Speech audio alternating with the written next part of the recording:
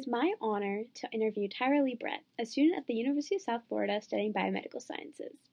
Tyra Lee has been working with AMSA, the American Medical Student Association, to do more research on the barriers pre-medical students currently face when applying to medical school. Her work is inspirational and something that everyone can learn from, especially those who are considering applying to medical school and those that are currently involved in the medical school admission process. Without further ado, let's get into it and let's talk to Tyra Lee. Perfect. So I guess in that case we can get started. If there's anything that I don't ask about or anything you want to specifically talk about, just feel free to jump in. Awesome. But I guess my first question for you is, tell us more about your advocacy work within medicine. Awesome. Yeah. So I got involved with advocacy in my very first semester of college. So I went to because it was COVID times, I went to a virtual, the American Medical Student Association conference, and they did like an advocacy day where they set up meetings with legislators to talk about bills that were impacting either patients or future physicians or physicians themselves. And I got convinced by one of my professors that I had to do this and speak to House and Senate. And I got an environmental bill, and I did. And it was such an impactful experience for me because it was a way that before even having a white coat, my voice was heard, right? And I was standing up for advocating for communities that I hadn't even really stepped foot in yet. So it was really amazing to be in that space and be able to talk about these things with people of power. Yeah, I know, that's awesome. Thank you so much for sharing. Do you maybe want to speak a bit more on AMSA and kind of what they do for people who are not familiar with it? Yeah, so AMSA is the American Medical Student Association, and they have a pre-med caucus, so the undergraduate caucus that I'm a part of. And basically, they just do everything kind of med education and advocacy, right? So what other organizations do is stuff that you don't necessarily get inside a classroom, that physicians need to know. So it's more so very much advocacy and education driven. And we, as a collective body, can do things in a variety of different advocacy topics. Write letters to the editor, so for the papers, write for magazines. We do a whole bunch of different events across the country that we're able to get involved with, network. And that's like really the fundamentals of AMSA, is actually just connecting on a larger scale and moving education and advocacy forward for future physicians. Yeah, no, that's awesome. Thank you so much for sharing. I guess my next question for you is, how has getting involved in networking and professional opportunities influenced your outlook on medicine and your interest in the field? Oh, I think 100% it's completely shaped it, I'd say. Like, I came into these kinds of things wanting to do medicine because I was in love with an athlete's anatomy. Like, I was in love with an athlete being injured or healing or getting faster, and I didn't really actually understand the full capacity of how a physician works in a community. And getting involved in these kinds of organizations and networking and really diving deep, I was able to see how multifaceted medicine is and how you can be a researcher and an advocate and an educator in so many different ways. And it kind of just opened up this whole new world of medicine for me, and how I would love to be able to touch each and every one of those kinds of topics and be involved in them throughout my career. So it really did just give me more of a passion for the field. And it also just really showed me that, yeah, this is a place I think I could do well in and enjoy while I was doing it. Yeah, no, that's awesome. Thank you so much for speaking on that.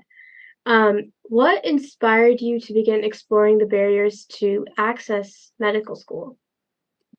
Yeah, so this is a really simple story, and people ask all the time, but I am a South African immigrant. I moved to the country to pursue medicine. Little did I know what that actually looked like, with the 4 years pre-med, 4 years med school residency. And when I first got here, I had to start at a community college level because I financially couldn't afford anything else. And I, was really on this pursuit of what do I need to do. And I found myself within the first couple of weeks just overwhelmed and flooded with information and flooded with negative stereotypes about how, someone like me was never going to be able to go from, an immigrant, low income community college student to med school. And I had advisors, telling me to look into nursing and all the different other health aspects. And I was so frustrated that I turned to everything online to try and figure it out. And that frustrated me even more. And I feel like at that stage I was ready to quit. And then a couple weeks later, I was like, nope, I'm going to do this. And we're going to make it better for everyone else around us. So I was in a leadership position on my campus within an AMSA chapter. And I was like, okay, well, what is everyone else struggling with? Because this is what I'm struggling with. And I kind of just wanted to start getting that information and seeing where I would be able to implement programs or resources that were going to help bridge the gaps for our knowledge. So that is kind of like what initially started the me wanting to look into what kind of barriers there were for people on my campus. And organically, it just started to grow into, well, is this just a me issue? No. Okay, is it just a community college issue? No, it's a pre-med issue, right? And kind of just organically it expanded to what it is today. Yeah, no, that's awesome. Thank you. Thank you so much for sort of talking about your journey, and I think that's really, really important for, other students, especially those who are, planning to apply to medical school to hear about. Um, I guess my next question is, tell us more about your current research projects and what it is like to work with students all across the US. Yeah, so the research project started as a survey at the community college to evaluate how much students understood about the application and how many resources they actually had for it. And we got really disgusting numbers that showed our students were significantly lacking not only in information, but experiences that are recommended, quote unquote, for the medical school application. And we took that and we turned it into a national survey with the American Medical Student Association that said, well, let's look at pre-meds across the country and let's see where their barrier is, because we speak about it every day, right? We all complain about them every day, but there is no actual literature that I could find out there that was a specific, kind of here's some implementations you could add, here's programs, or why 50% of med students weren't getting into med school. So I felt like, okay, well, this was something that students could take upon themselves and start to try and figure out how to help at their local colleges. So we send out a survey. Each school kind of does it as their own little research center. So they take control of the project and they can, utilize the survey in any way that they feel free to. So they get the survey, they send it out, they assess what kind of access barriers there are, and then they implement a diversity initiative that's going to help their students with something that they were struggling with. So it's basically just looking at, where are their issues so that we can work on implementing programs at the undergraduate level that bridge that gap for especially underrepresented students, right? Because we are seeing that it's an issue across all populations of pre-meds, but like in everything, it is then obviously a higher percentage of students who are underrepresented who have higher disparities. So kind of looking at how we can address that um, is where the project kind of is right now.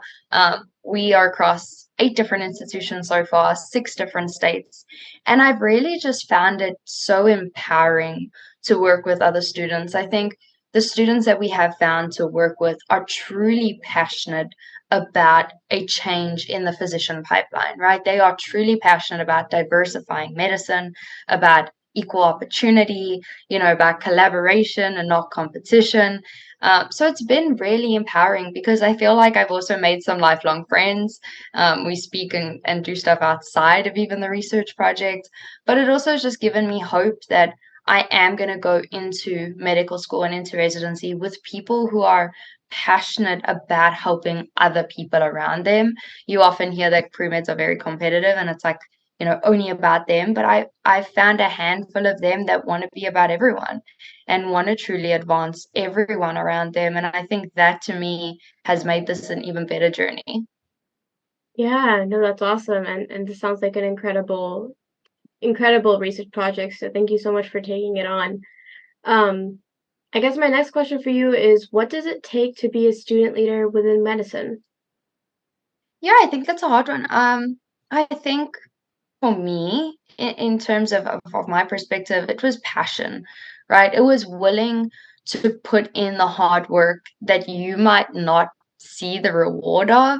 It was starting and implementing things that were going to be for students, that come after you. So I think it's more that selflessness and passion of just, I went through something that was terrible, and I'm going to make sure that that doesn't happen to other people around me or like come in below me. So I think for me, it was passion and just selflessness in that regard. There was a lot of resilience, because you are going to be told no by a lot of different people and schools and stuff like that. So you have to kind of have that resilience. But I think if you're passionate, willing to learn, willing to listen, um, willing to then lead, you can be successful as a student leader. Yeah, no, that's awesome. Thank you so much for sharing that. I guess my next question for you is, what advice would you give to students who are planning to apply to medical school and may be overwhelmed or confused with the process? Yeah, again, great question. That's a hard one in so many different assets. I think the first thing I would say is you're not alone. Don't fall into this trap of everyone else is doing fine and is going to be way more successful than you, because everyone is worried, everyone has doubts. So that's the first thing. I think the second thing is ask for help. Find mentors, find people, right? Go to advisors. Even if they don't give you the best advice sometimes, just keep getting perspectives, because someone one day might tell you something that you didn't know about the application at all, and it could completely change, some of your direction. So talk to professors, talk to advisors, other pre-meds, make sure you're looking at credible sources, going on AMCAS, really starting to understand the process. Because I think once you kind of understand it to the best of your ability and what you need for it, it kind of gives you that sense of, okay, this is a lot, but I'm going to be able to figure this out, right? It gives you that sense of, okay, I understand what's happening here. Now we just got to make it happen. Right. No, that's awesome. Thank you. Thank you so much for sharing that. And I think a lot of pre-med students would find a lot of relief in the fact that they're not alone. Yeah. Is there, I mean, that's it for my questions. Is there anything else that you would like to mention or anything?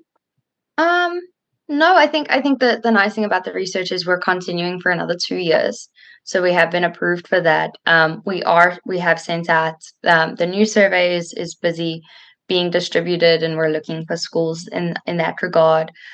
So if there's any students who, have a passion for diversity or for looking at these kinds of things, there's always a way that they can reach out and possibly do it on their campus as well. So we're just going to continue to expand and grow and invite as many students in as possible that we can to get them opportunities. So yeah, if that could be something on there that just says, if you really are passionate about this, we'd love to work with you as well. Yeah, no, that's awesome, and we'll be sure to do that. But yeah, that's basically it. I'm gonna stop the recording.